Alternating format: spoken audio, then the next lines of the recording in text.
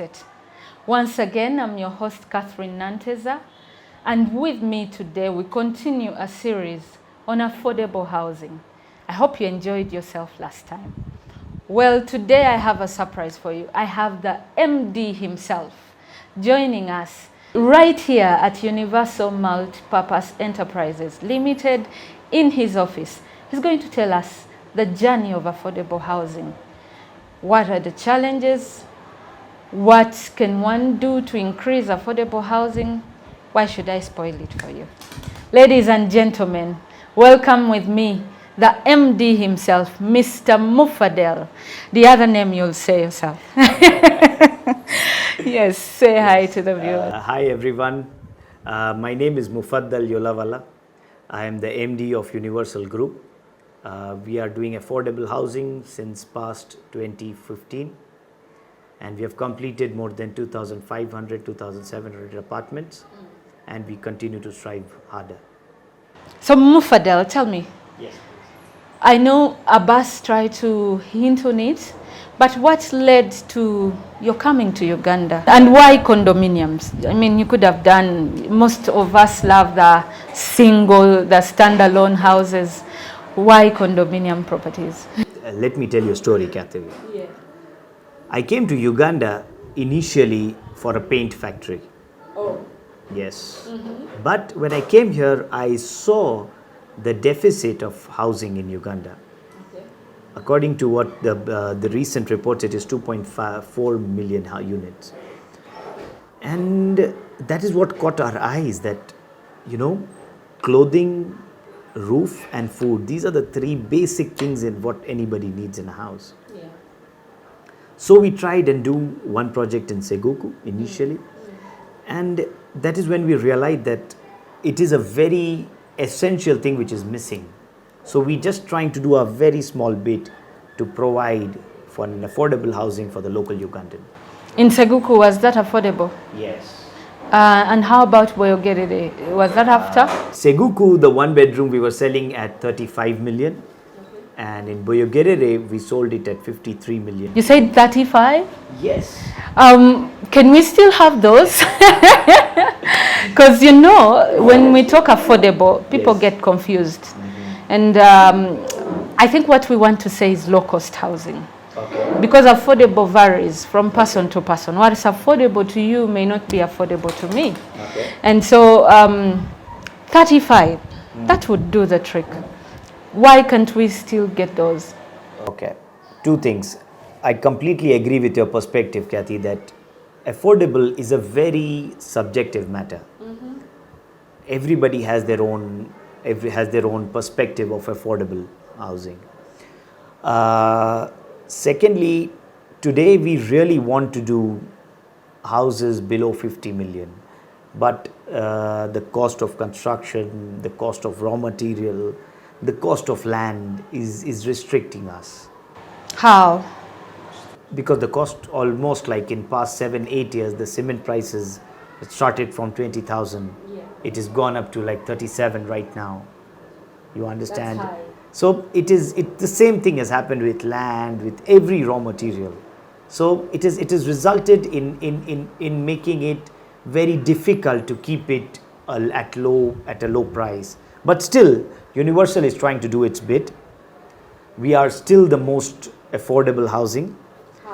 We are at 98 million shillings in Kajansi. Okay. We have a 2-bedroom at 153 million.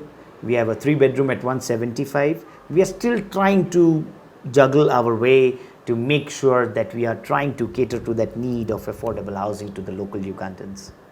Okay, and just so you know, that is one of the things that is key priority right now to government when it comes to housing. Mm-hmm. Government is trying to find ways of producing affordable or low-cost housing to Ugandans. Mm-hmm. And so I'm asking, how, as a developer, how can government come in to help? Okay, we may not get 35, probably that was then, but can we be able to get an apartment at 15 million Uganda shillings? What's that in dollars, by the way, like 15,000? Yes, less than 15,000. Yeah. Definitely, first what we have to do is the government has to segregate the two, affordable and low cost. Okay.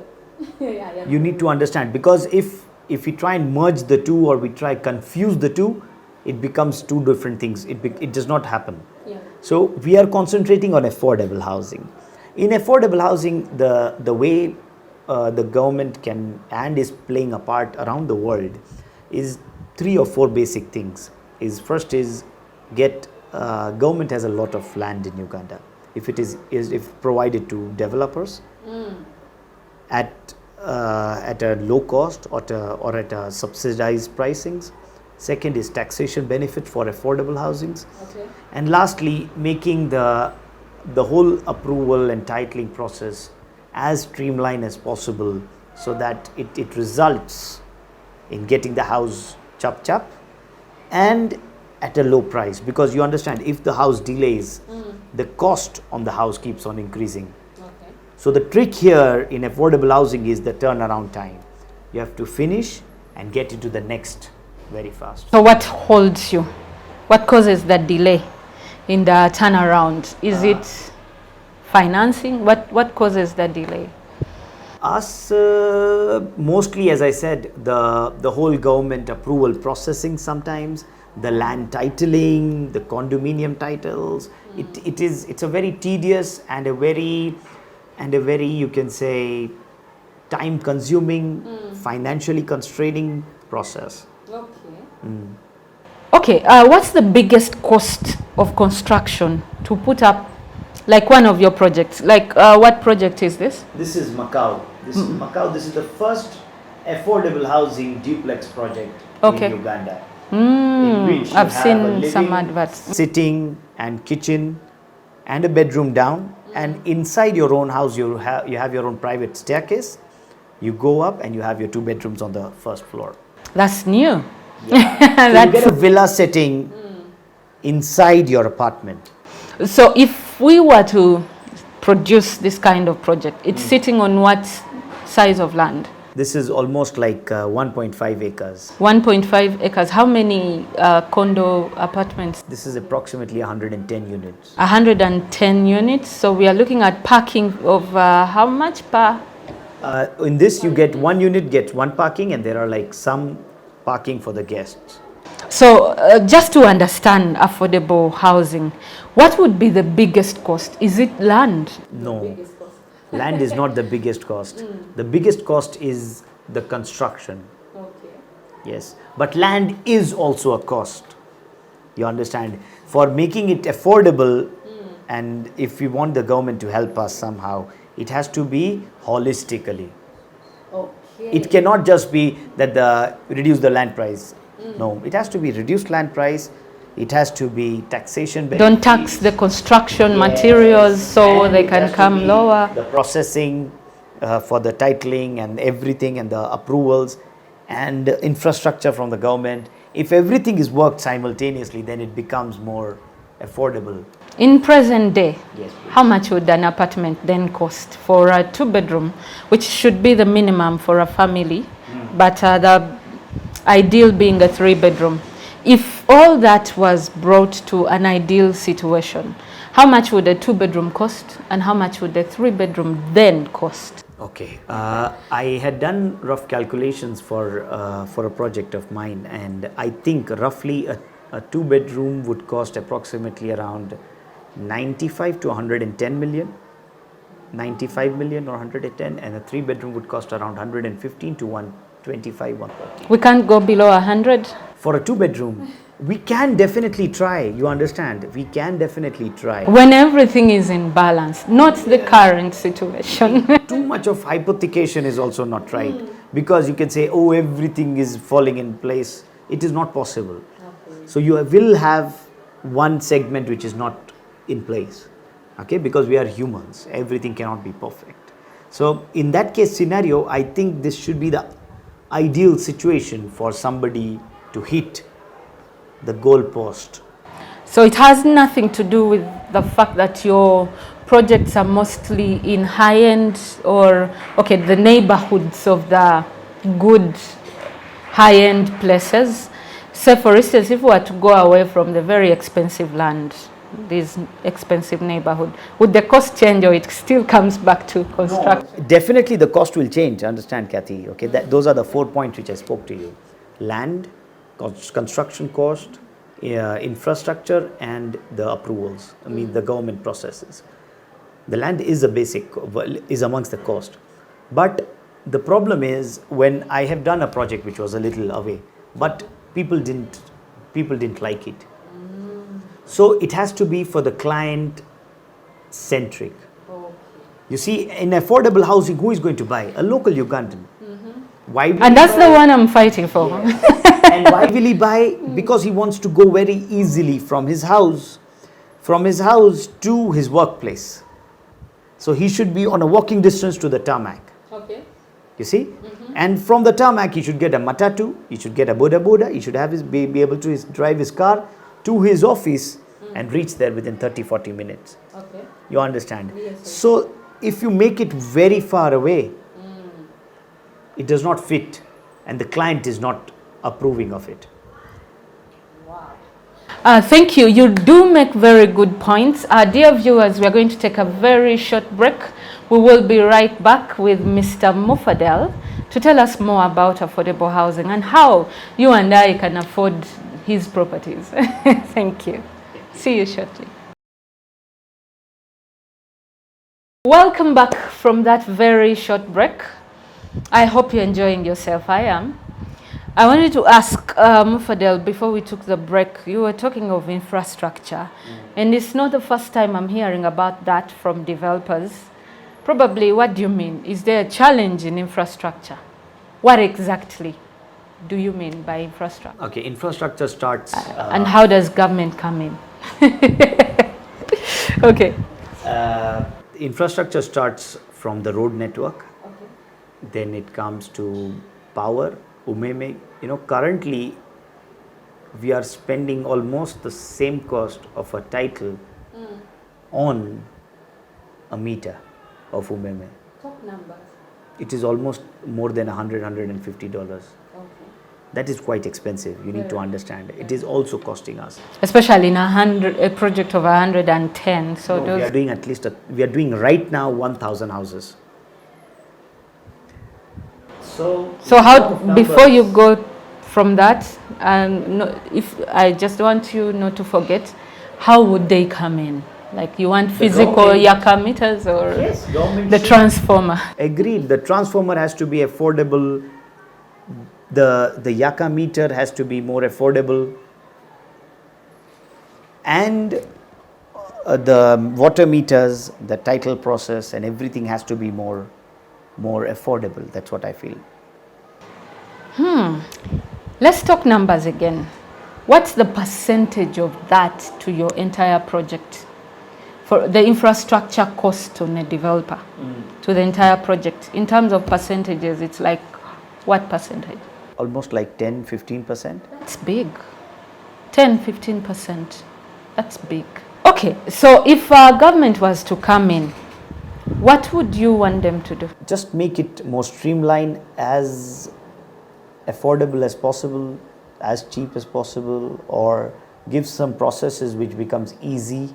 Okay. You understand? So it becomes more reachable for the developers and everybody to get those things done. Now that we are talking numbers, how do you come to your pricing, and how do you make it affordable? Our game plan is very simple. As I stated in the start of the interview, is that the turnaround time. I have a very passionate and a very strong team, by God's grace, who are doing excellent sales. They keep on running. They are like the engine in the whole system. They keep on blowing, making sure that the company is going. Even in the toughest times, Universal was selling. During COVID? Every time. I'm telling you, my sales team, I am so proud of them that I fail to understand that their energy level is so high that they keep on. Like, how long does it take you to sell a project? My girls are quite capable. They do it within a day. They visit, they make sure the client visits, and that day they deposit. Pap. I'm saying Important from construction to finish. How long does it take you to sell an entire project? Say Macau. We'll take at least 2 years for the whole project construction to finish. Okay. Collections and sales are two different departments. Sales will finish, I think so. Macau, we are 90% sold out. We are not even 50% on construction. Wow. And then the client keeps on paying small installments for another 2 years, and then completes the balance. Yes. You should tell us your trick. No, I tell you, it is by God's grace. It is completely by God's grace. It is the will of Him that is making us move. It is just trying to make the image of affordable housing continue. If I was a new player on the market and I want to join the affordable space, what would you tell me? Please don't join. You are increasing my competition. Okay, I want to reduce on the deficit, the I'm just 2.5, joking. of course. I'm just joking. You see, affordable housing is a very vast market. If there are like 100 universals also coming up, still the market is big enough.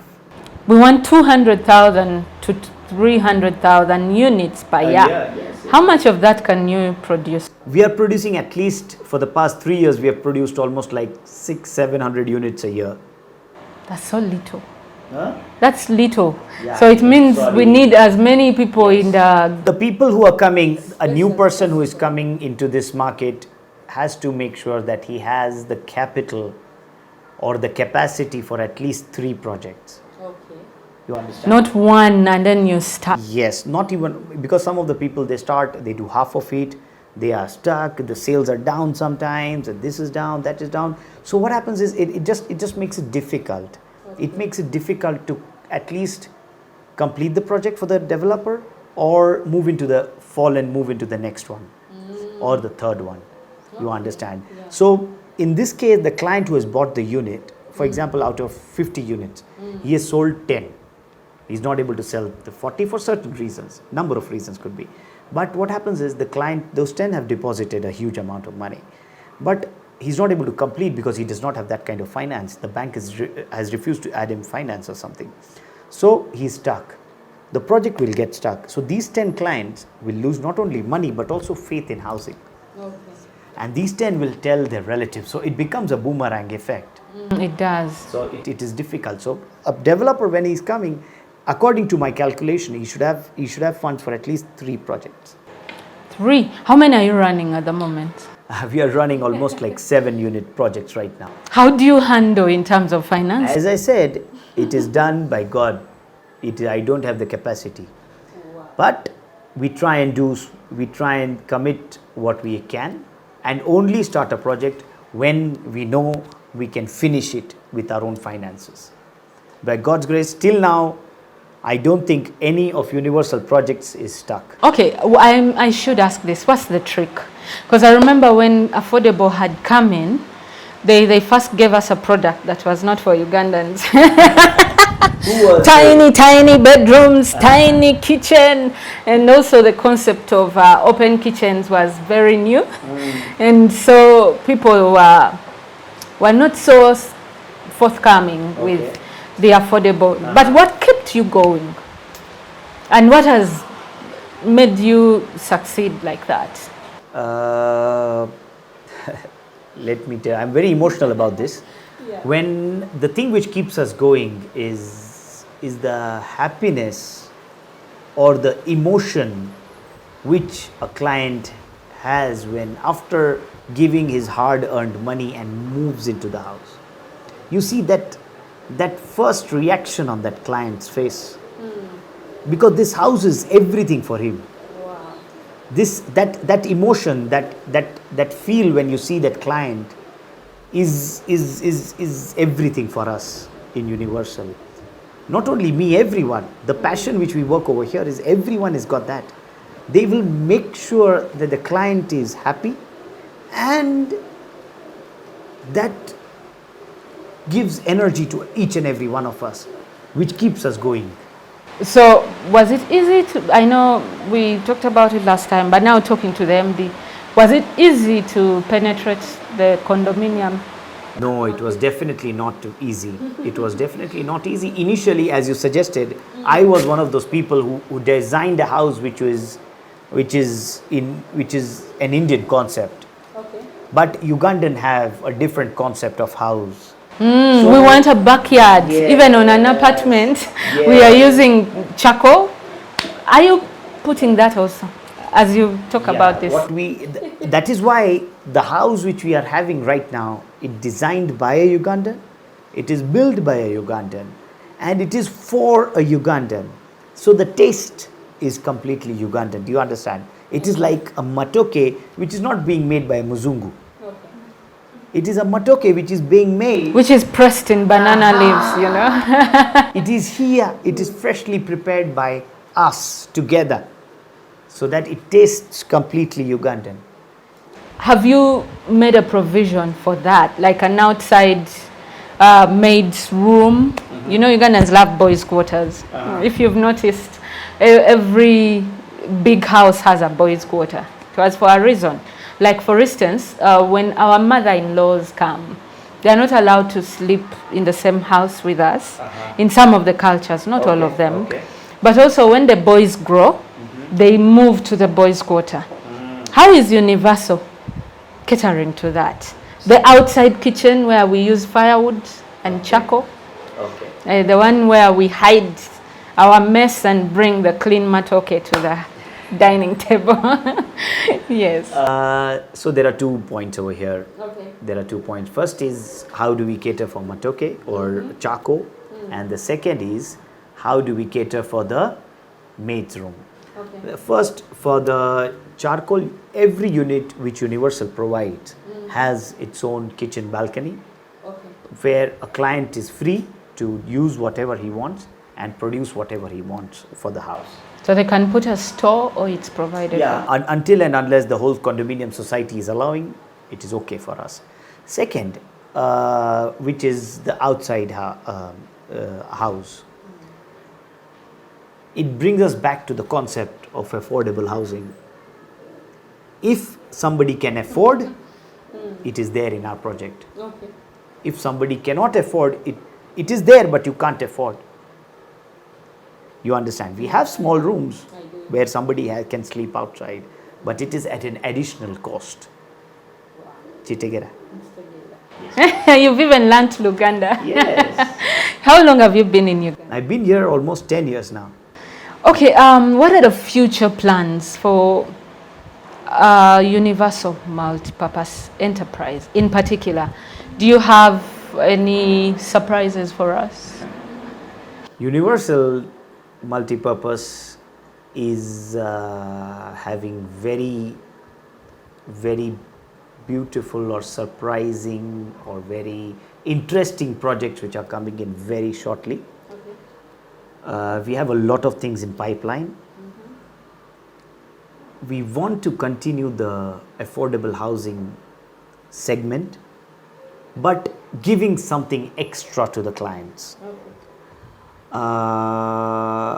We have been giving almost like a project for past so many years, every 3-4 months.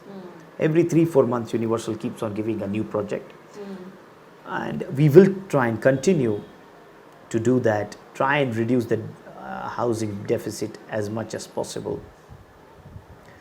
But this year is going to be really remarkable. We are looking at a lot of relationships with a lot of partners, and making something totally out of the box, different, which will not only enlighten other developers but also bring a spark to the affordable housing segment in Uganda. Wow, thank you so much, Mofadel. It's been an interesting conversation. Thank you. I personally would like to appreciate everyone that is contributing to the reduction of that housing deficit. It's not easy, I don't know how you guys have managed, but I think there is still a need. Yes. There is still a need. What would you want to tell the viewers in 1 minute? Please do not select an housing apartment without checking properly if the developer has completed projects earlier, if the developer has done proper housing segment, has completed his promise on the given time, and make sure you visit as many projects before choosing one. And I'm sure at the end of it you will choose Universal. Thank you so much. As we come to the end of this show, it's been a very interesting time getting to learn about affordable housing. I'd like to send greetings to those that have faithfully watched the Property Lane from the start till now. I get your messages. Greetings to Gaviola, to Emma, to Donnell, and everyone that is watching Property Lane, to Mr. Mongati, Paul, the Ministry of Housing. Keep sending your feedback. We love you and we would like to hear more from you. We want to know what you want to see next time, but we still have a lot in store. So see you next time.